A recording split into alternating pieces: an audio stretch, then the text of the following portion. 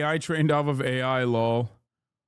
AI chatbots trained on data from after 2022. In many sectors, within like 6 months, fully human writing will be a novelty. As many of you are aware, the news has been pretty bleak. Unshakable. Infallible. The GOAT. Years. Listen. But this weekend, there was one story that was so disturbing, so dark. Even the news couldn't handle it. In our editorial discussions this morning, we were asked not to show the image from this video because of its violent and disturbing nature. Video, which we are intentionally choosing not to show you. We're not going to show because of how disturbing it is. I was extremely disturbed to see this. Horrible, horrible, violent imagery. Violent and dehumanizing imagery. We're only going to show you a clip of this briefly. All right, that's enough. Let's take it down.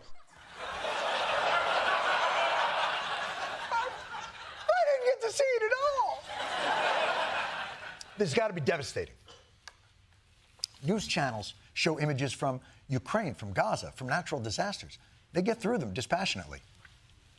I can't imagine how devastating this footage must be. Former President Donald Trump shared a video, this one, on his Truth Social account featuring an image of President Joe Biden hogtied on the back of a... Disturbing. That's so disturbing. Wow. That's big scary. That's the big scary, guys. Many people think the big scary is the top of the hour ad break and seeing a 3-minute ad. This is much scarier. Luckily, this is one of those instances where those who are not subscribed are going to see ads instead of this image that I'm showing you.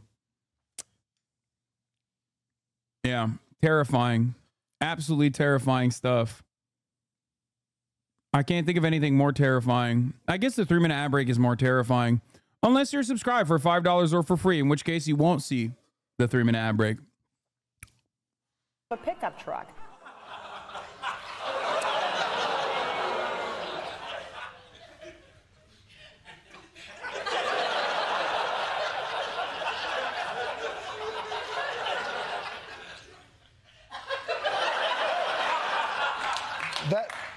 That's what was so disturbing and dehumanizing. You wouldn't show it on television, and an airbrushed Biden decal on the back of a truck. Aren't you the same networks that show reruns of 9/11 every year? I mean, I don't think it's great that Trump is posting things like this, but it's not like people really think Joe Biden was tied up in the back of the truck. It's a doctored image, but it's plastered on the tailgate of the pickup truck. So if you're driving behind it, it would appear as if Joe Biden were actually restrained on the vehicle's flatbed.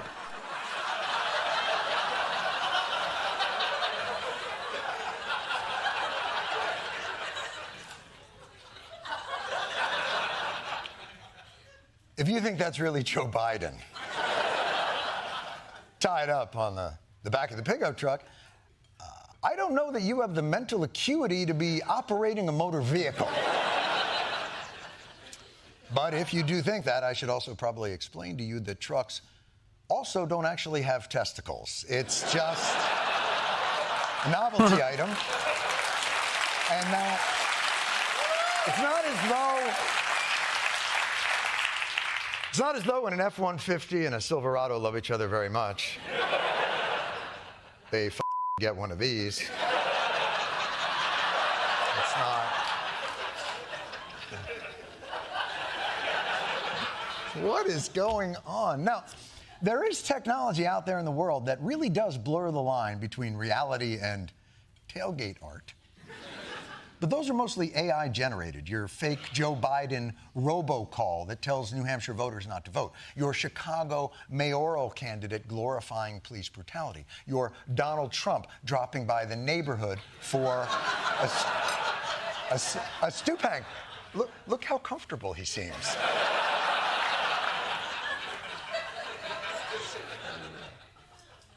And as AI gets better and better, it's only going to make it more difficult to separate fact from fiction, which could be terrifying.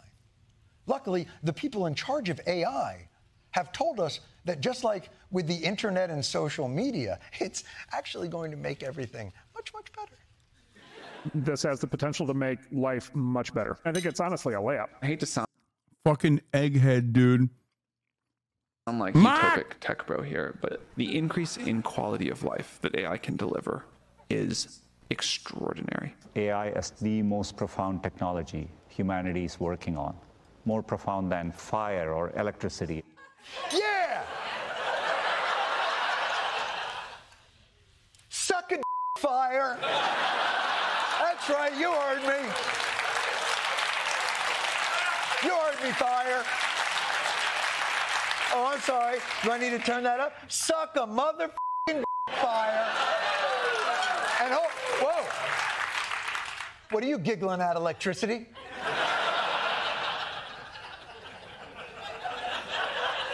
I mean, listen, I'm sure AI is good, but like, fire good? How so? They can help us solve very hard scientific problems that humans are not capable of solving themselves. Addressing climate change will not be particularly difficult for a system like that. The potential for AI to help scientists cure, prevent, and manage all diseases in this century. I know AI is kind of not much right now, but it's super boomer to act like it's not important. Yeah, I think AI will get really fucking good. Eventually. And it has. Over the past couple of years, it's like over the past couple of years, it's done a phenomenal job of improving. AI is nowhere near as good as people think it is.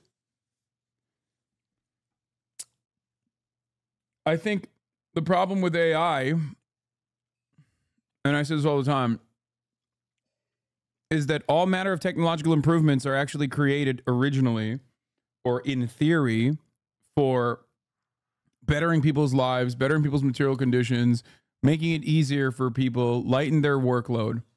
Except under capitalism, it is used to displace workers further. It's fucking terrible.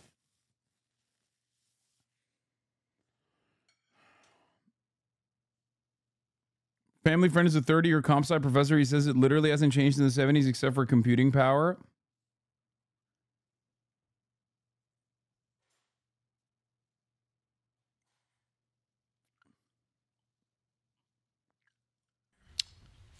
I completely trust you. And your enormously wide eyes and very human cadence.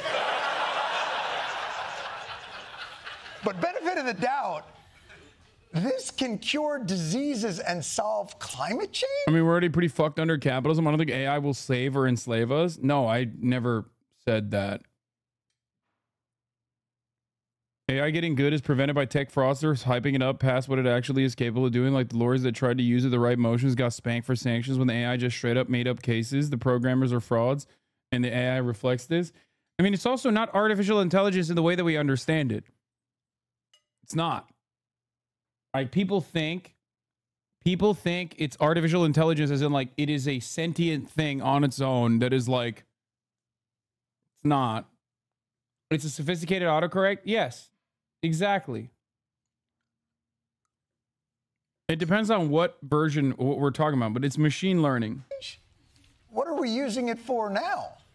Jarvis knows when to make me breakfast. Your toast is ready. All right. Are you out of your mind? See, here's the thing. Toast, I can make. I can make toast. It might be the only technology we have that works pretty much every time. I'll tell you what, why don't you get to work on curing the diseases and the climate change, and we'll hold down the fort on toast.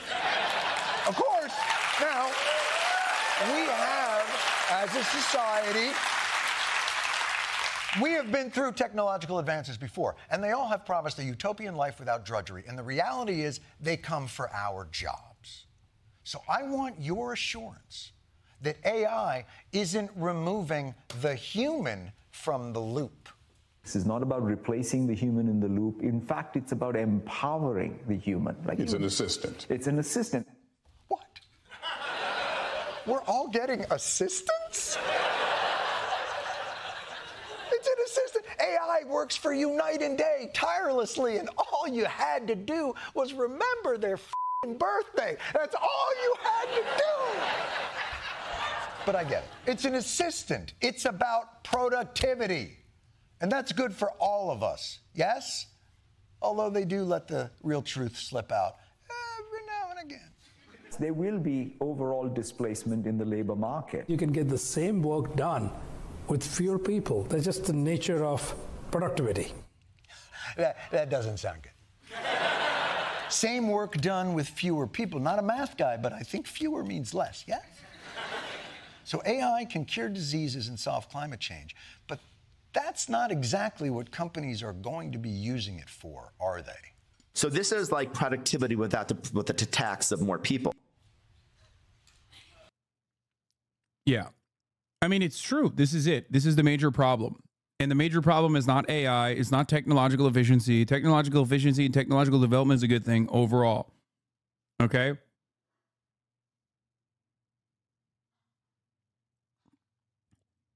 It's a good thing. The problem is what capital owners use technological efficiency for. And what they use technological efficiency for is displacing current existing workers. Under a normal situation, what would happen is, oh, that's great. I'm going to get paid the same, if not more, and work 3 hours of the day instead of 5 hours of the day. That's what is supposed to happen. But that's not what happens. That's never what happens. All matter of technological efficiency is utilized to improve productivity and to further erode the existing labor force. It's something that I have talked about a million times over. Without the tax of more people, the people tax, formerly referred to as employees. But you know, the promise of AI versus the reality of AI, it's not quite crystal clear in my mind yet how that's going to work out for workers. Do you have anyone who wants to lay this out more bluntly, perhaps while auditioning to be a Bond villain from his mountaintop lair? Left completely to the market and to their own devices, these are fundamentally labor replacing tools.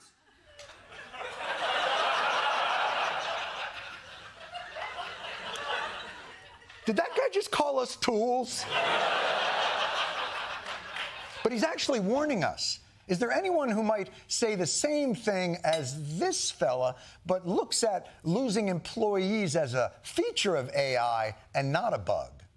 The CEO of a company laid off 90% of its customer support staff after arguing that AI is kind of the reason. Why did you do this? It seemed a little brutal. It's not, I think, like it's brutal if you think like as a human.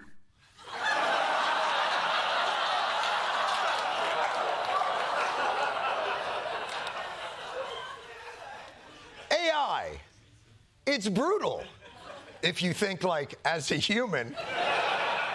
It's not the catchiest ad slogan I've ever heard. I mean, he's right. Capitalism is inhumane.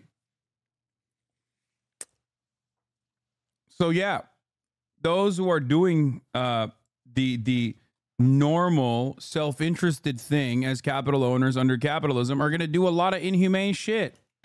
So while we wait for this thing to cure our diseases and solve climate change, it's replacing us in the workforce, not in the future, but now.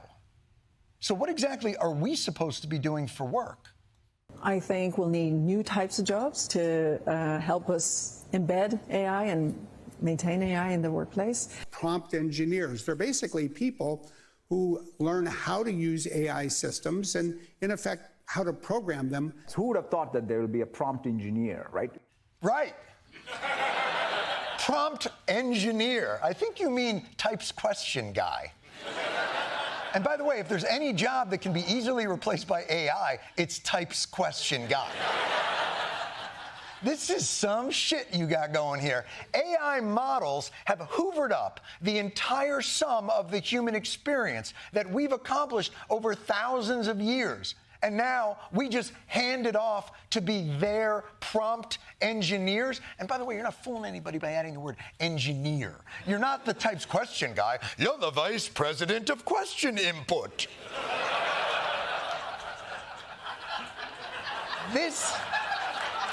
It's true. It's like a janitor is a doctor. It's so funny. It is ridiculous to slap engineer at the end of it. Not even close, but okay, come on, dog. There's a lot of fucking prompt engineers in the chat, I think. Bro.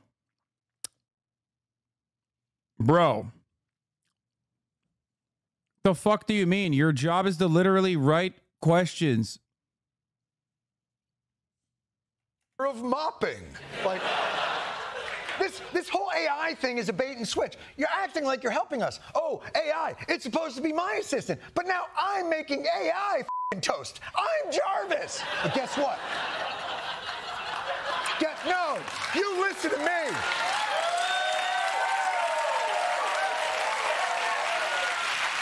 I got news for you, AI. I'm not Siri, you're Siri. Bro, going down a bad path? Wait, what? Comp sci nerds realizing that programming skills are based on asking Stack Overflow the right questions. Meanwhile, the data centers that are doing the AI are driving climate change even faster. Where is the guy? I unfortunately work with AI for MSFT, and prompt engineers are literally types question guys. Yes.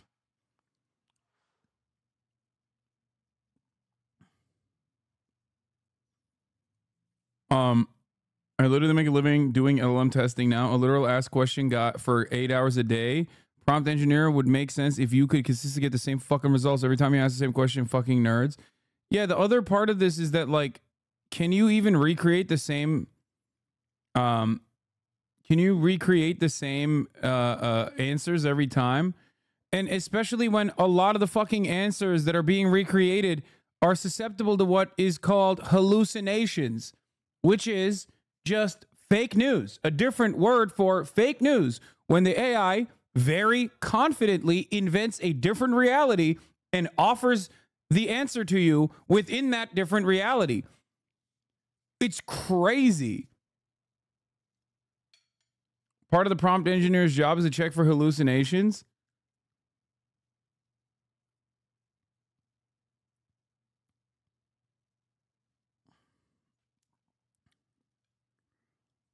Speaking of personal experience in the entertainment, lots of industries specialized email-based work is already prompt engineering in that sense, but you wouldn't call them engineers under normal circumstances.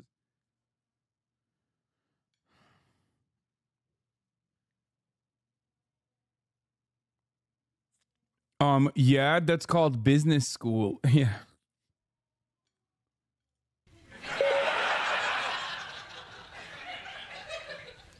Siri, while I have your attention, let me ask you a question. Sure, John, but first could you run and fetch me some lithium cadmium? Yeah, sure, that's not a problem. Mother.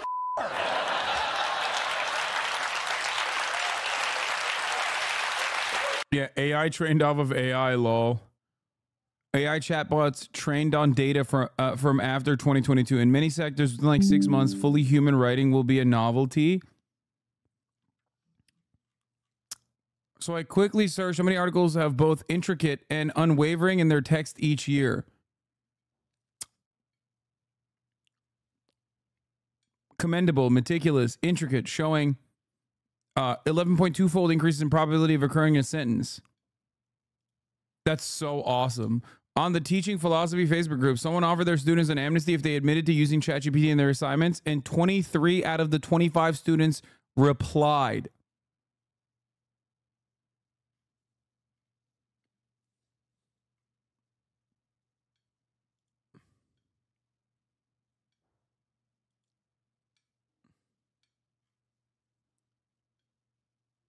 Oh my God. AI architect here. I can clarify / answers questions in a call if you want. This is so funny. AI chatbots trained on data from after 2022. Yeah. What happens when, like, so much of the data is also polluted with other AI generated data. AI engineer here. Models run in the wild use half precision in order to be efficient, and that is unstable. It cannot reliably reproduce the same results. However, a machine running in full precision in a lab or otherwise can reproduce the same results reliably.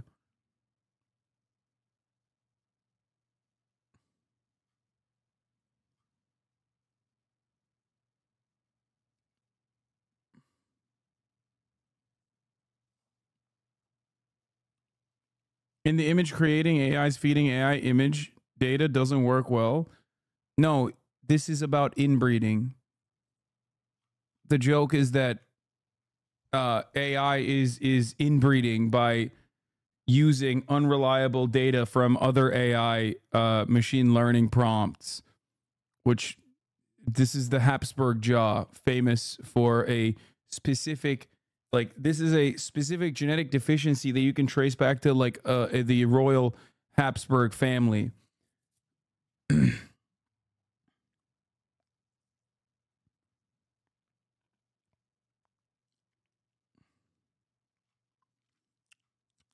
Joke explanation power hour. I didn't want to have to do this AI. If you want to understand, and this is like dead internet theory as well, which is really interesting to think about. But like Twitter is basically that. So many parts of Facebook is basically that, where you will literally see AI generated content on a Facebook group, and the fucking replies to that AI generated content are all bots. And it's like, and because the AI is training off of whatever the fuck is popping off, and whatever gets like a lot of responses, then they just keep churning out images of things that it thinks other people want to see. But the other people in this circumstance aren't people at all. They're just bots. Twitter has this as well. Twitter has this issue as well. So then you arrive at a point where, like, who the fuck is this thing talking to? It's AI that is making content for other AI to watch and react to, and there's not a human in sight.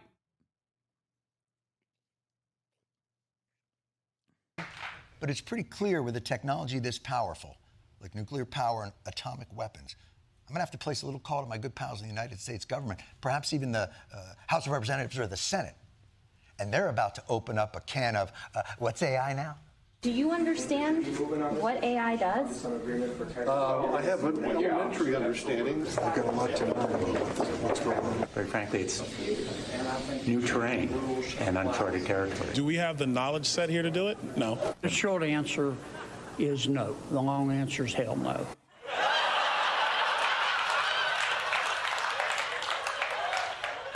And the longest answer is H to the E to the L to the L to the no. Hell, I don't even know how to use an answering machine.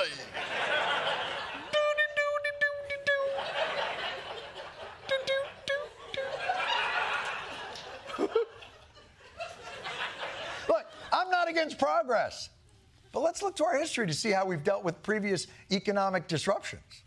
We can retrain workers from one generation and create jobs for the next. Retrain workers who do lose their jobs for even better jobs in the future. Retrain in order to be productive workers. Upskill America to help workers of all ages. Train and retrain workers for new jobs. Give me a break. Anybody who can throw coal into a furnace can learn how to program, for God's sake. My most controversial opinion is that while retraining on its face is an abject failure, I always say, when there's money, there's a way. It's not like motherfuckers living in Western Pennsylvania have a bone in their body that dictates that they're very good at fracking.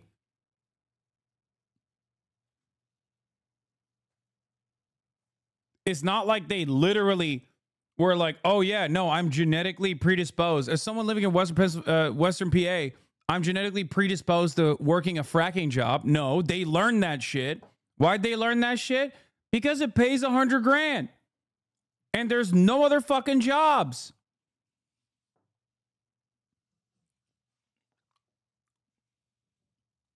What did they do? They trained them.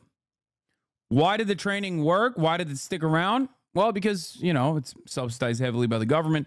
And also, overall, it's a lifeline for the community. That's why I always say, like, listen, we could build whatever the fuck we want to in this country. You think that people that are working on oil fracking jobs, you think that people that are working on pipelines can't work at a fucking factory building solar panels? Can't work on infrastructure for renewable energy? Of course they can. They abso-fucking-lutely can. It's just about the money. Is there money? Will they make the same amount of money or more? If the answer to that question is yes, they will, then they will fucking learn how to do that shit.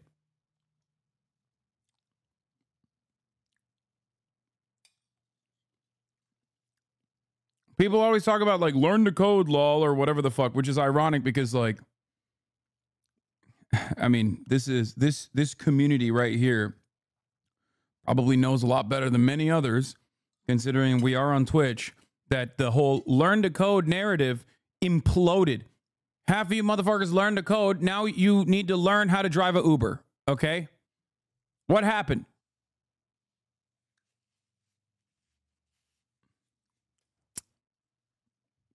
It's not just the AI taking your shit too. It's literally like downsizing in general. Like when I first started streaming on Twitch, learn to code was still popping off. Okay. 2018, learn to code was still popping off. A lot of people were like, dude, I'm a software engineer. I'm a software engineer. Half of those motherfuckers lost their jobs. Now they're delivering pizzas. It's crazy how fast the software engineering is actually such a reliable way to make money. Narrative blew up, fell apart.